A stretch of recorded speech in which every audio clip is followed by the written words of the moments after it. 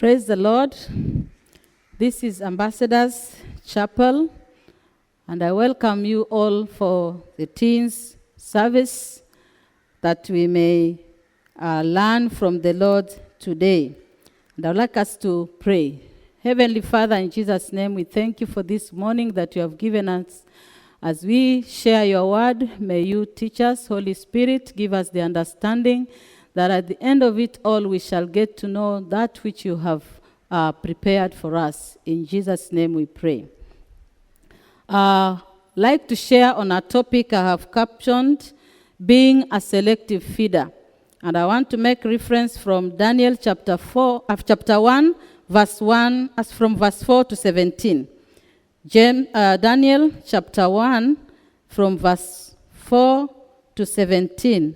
And I'll read. Then the king ordered Ashpenaz, chief of the court officials, to bring in some of the Israelites from the royal family and nobility, young men without any physical defect, handsome, showing aptitude for every kind of learning, and informed, quick to understand, and qualified to serve in the king's palace. He was to teach them the language and literature of Babylonians. The king assigned them a daily amount of food and wine from the king's table. They were to be trained for 3 years, and after that, they were to enter the king's service. Among these were some from Judah: Daniel, Hananiah, Mishael, and Azariah. The chief official gave them new names. To Daniel, the name Belteshazzar; to Hananiah, Shadrach; to Mishael, Meshach; and to Azariah, Abednego. But Daniel resolved not to defile himself with the royal food and wine, and he asked the chief official for permission not to defile himself this way. Praise the Lord. Now, from this particular story, there are 4 important life experiences that are applicable even to us teenagers of today. One of the important life experience is the young men were chosen among many. So there is the aspect of being chosen. Number 2, they were to be trained for a specific purpose, meaning after being chosen, they had to be trained to acquire specific knowledge, to acquire specific language, to be suitable for the purpose of service in the palace. Number 3, the names were changed. That means there was a form of transformation. They did not maintain the names. They had to acquire new names so that it can be well with the service that they were expected to serve. Meaning the old names were no longer being identified with them. Number 4, they deliberately decided not to feed on royal food. Similarly, teenagers. This is an experience, or these are experiences that are also suitable for us today. As teenagers, we have been called, we have been chosen, we have been selected. It could be in your family. There may be brothers and sisters who are not born again, but God has chosen you. In the community, there are other young people who have not come to the full knowledge of the saving power of Jesus Christ. But you have been chosen because there is a purpose God wants you to accomplish. And therefore, as we look at this story, these young men were chosen, and similarly, we have been chosen according to 1 Peter chapter 2, verse 9, where it says, we are a chosen people, a generation that God has chosen. And I am sure we have been chosen to belong to God because God has a purpose for our lives. And that's why we are in church today. We are being trained. We are being trained to know our God, and therefore we need to appreciate the fact that we have been chosen. And number 2, we have been chosen for a purpose. We are born again for a purpose. And that's why when I read from Ecclesiastes chapter 12 and verse 13, Ecclesiastes chapter 12 and verse 13, there is what God expects from all of us.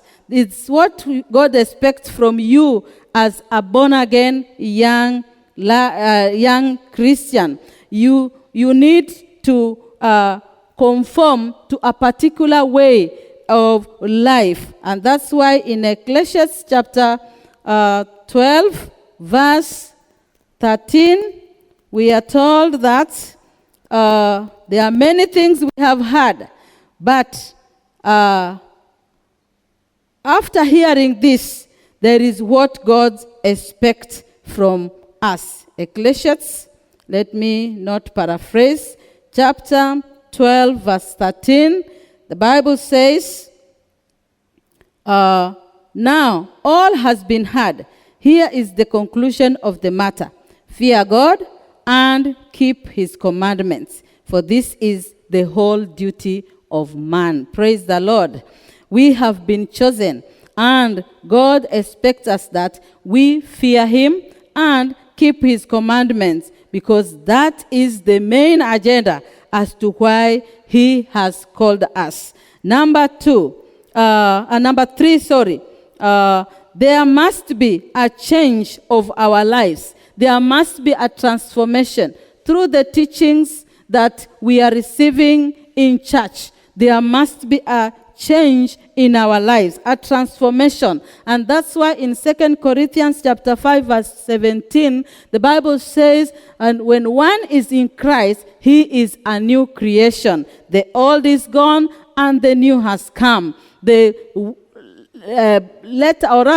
lifestyle that you were living before is supposed not to exist now, because you are a new creation. So there must be a change. And that's why Daniel had to acquire a new name. And all the other young men had to acquire new names. And similarly, we also need to get transformed. That the lifestyle we were living before God called us, before we got born again, should be changed so that we become, or we live as new creation. And number 3, there must be a deliberate, number 4, there must be a deliberate effort to live a life worthy of God's calling. There must be a deliberate effort. The preacher will preach. You will be given instructions. You will be given advice. But you must make up your own mind to decide to live a life worthy of God's calling. So that deliberate effort is not about what your friends are doing. It's not about what other people are doing. It is about making a personal move, making a deliberate effort to live a life worthy of God's calling. So young men, young women, or ladies, we are in a community where there's so much that is surrounding us. But remember, you have been chosen. Remember, you are a new creation. Remember, you must make a deliberate effort not to defile yourself like what these young men did. There is a lot that is surrounding us within the environments where we exist. And therefore, socially, physically, spiritually, emotionally, academically, there is so much surrounding us. But you as a born-again teenager, you need to choose what to accept in your life, what to allow to influence you in life, because we are born again and we need to choose to select what is godly in our lives, so that we can suitably build our faith in God, not going by what the others are doing,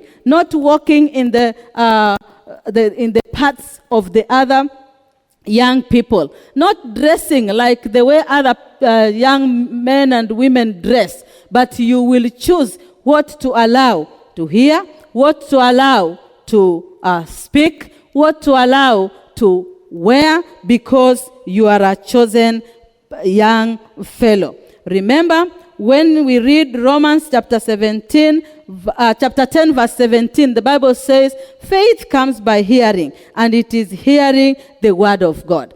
And that's why Daniel and his friends had to be trained.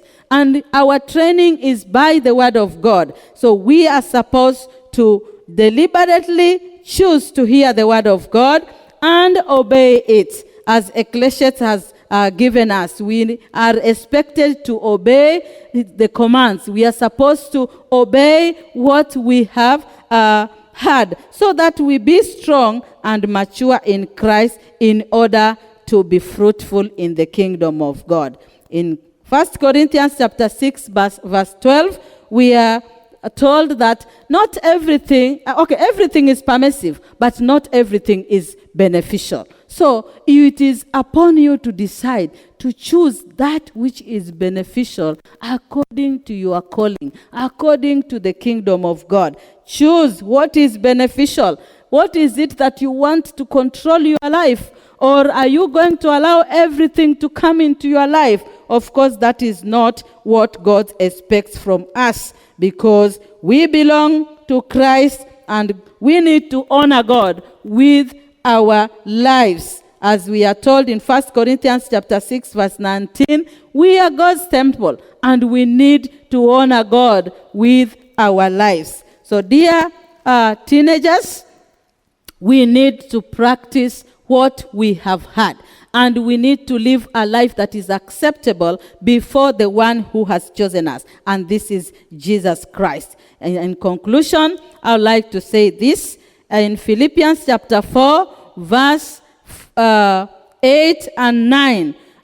Whatever you have learned, whatever the word of God has given, that understanding you have received from the word of God, you need to put it into practice. Let me just read these words. Philippians chapter 4, 8 and 9. The Bible says, as young people, this is to you. Whatever you have learned or received or heard from me or seen in me, put into practice, and God of peace will be with you. Now, this is what you have heard from the word of God. This is what you have been taught in church. This is what you have learned from the word of God. Put it into practice, so that at the end of it all, you will now be able to glorify God in your life. Finally, in Titus chapter 2, verse 11 and 12, maybe you are wondering, but how can this be? How will I manage? Remember, the grace of God that brings salvation to all men, including you young people. It will teach you how to say no to ungodliness and worldly passions, and live a self-controlled life, godly lives in this present age. So you're not going to use your carnal knowledge, but the grace of God will enable you to be able to live a life that is worthy of his calling. May God bless you as you become a selective feeder in your day-to-day life. Choose what to accept in your life as a teenager, and God will bless you. Thank you. So let us pray. Dear Heavenly Father, we thank you for your word this morning. We ask you that you shall continue to help us understand, and that we shall be able to put into practice, so that we can grow and know you more. In Jesus' name we pray. Amen. God bless you.